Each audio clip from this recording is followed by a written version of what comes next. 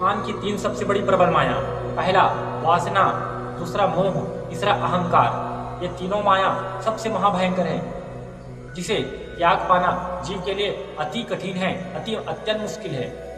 जब तक जीव इन तीन प्रकार की माया से पार नहीं जाएगी, तब तक उसे भगवत प्राप्ति, परमात्मा की प्राप्ति नहीं हो सकती।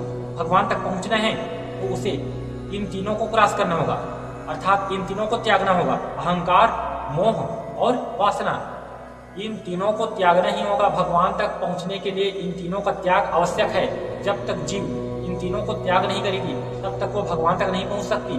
भगवान तक पहुंचने के लिए इन तीनों को त्यागना आवश्यक है।